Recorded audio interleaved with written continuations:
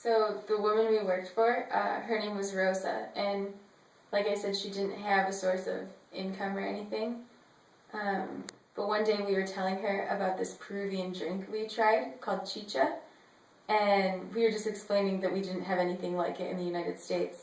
It's made of purple corn. I don't know what that really is.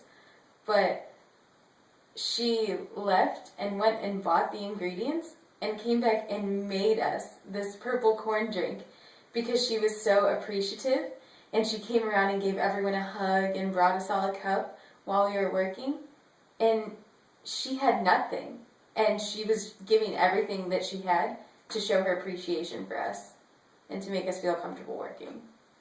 So it was really incredible to see, and it had a really powerful impact and just made me think about how much I have in my life that I don't need or that I could be sharing with those who do need it.